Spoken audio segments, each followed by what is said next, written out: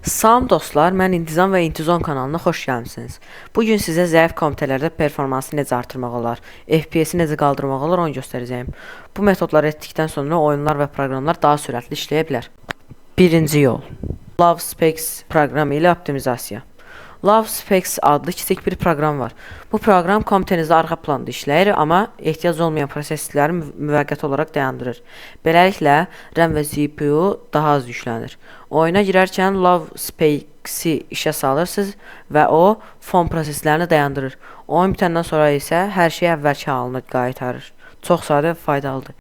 İkinci yol: Windows ayarları ilə performans artırmaq. Windowsda bəzi ayarlar var ki, onları dəyişməklə sistem performansını artırmaq olar. Məsələn, başlat menüsünə gedib görünüş və performans ayarları yazırıq. Orada ən yaxşı performans üçün ayarla seçimini aktiv edirik. Həmçinin fon tətbiqləri bölməsindən lazım olmayan proqramların işləməsini dayandıra bilərsiniz. AutoStart, yəni kompüter açılanda avtomatik açılan proqramlardır. AutoStartda açılan proqramları bağlayın. Bu da komitənizin daha tez açılmasını üçündür. Üçüncü yol: temp fayllarını silmək. Temp, yəni müvəqqəti fayllardır. Sistemdə yer tutur və kompüteri yavaşladır.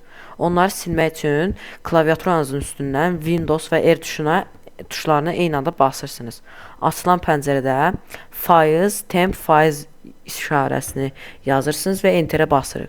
Açılan qovluqdakı bütün faylları seçib silirik. Bunlar təhlükəsiz şəkildə silinə bilər, yəni narahat olmayın. Sonra yenə Windows R-ə basıb, bu dəfə sadəcə temp yazırıq və oradakı faylları da silirik. Bu əməliyyatlardan sonra boş RAM və disk sahəsi artacaq. Beləliklə dostlar, bu 3 sadə üsulla kompüterinizin performansını artırmaq mümkündür. Videomu bəyəndinizsə abunə olub mənə dəstək olmağı unutmayın. Növbəti videoda görüşənədək. Sonrakı hansı videonu istəyirsinizsə yorumlara yazmağı unutmayın. Sağ olun.